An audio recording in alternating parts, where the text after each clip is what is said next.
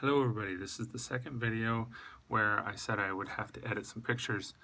Turns out I had to buy a card reader. That was a whole mess with people. Anyway, I've included pictures that are both somewhat artful and somewhat just documenting the memory. So I saw a lot of train stations. My train was very comfortable, relatively. The width was the same, but the leg room was really impressive.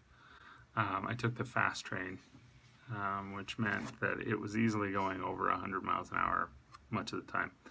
I'd say China's very green. It was beautiful, there was windmills. Cities were depressing a lot of times, but the land is just beautiful. I was surprised to see lots of different forms of energy production. This was my view as things got darker. And then I finally arrived.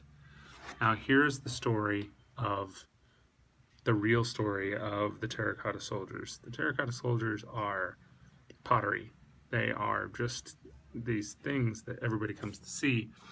And when I say everybody, I mean everybody. Just gazillions, millions, billions of people. And so that is what I focused on with these pictures.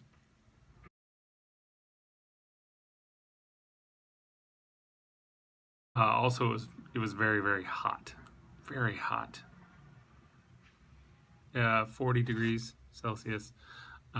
Inside a little oven with a million people all coming in and bringing their heat with them. Anyway, so Terracotta Soldiers.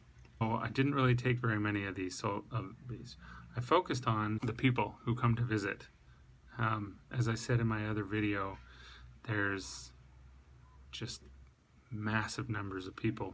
There was a little bit of dirt, and there were a lot of people who felt the need to touch the dirt to say that they had officially been there.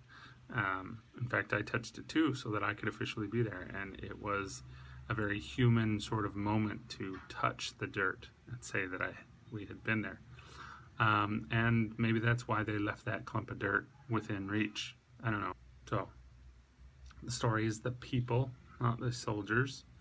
And if you look at this one, you see the soldiers sort of peeking their heads out of the sand to look at us looking at them. And then some Italian police came in as guests or whatever, and they were getting a tour by the Chinese police. And so there were cameras all over, cameras as these guys came in. It was an interesting sort of circus. Anyway, like I said, the story is about the people. You even see the people here in this picture with the broken pottery stuff that's been put back together. It's all about the people that have put their hands to this. You can see the reflection in the glass, that there's more people behind that taking pictures. Most people want to take really good pictures of the Terracotta Soldiers, but you can see all of that online. You can see better than what I could get, with better access, with better angles and better lighting.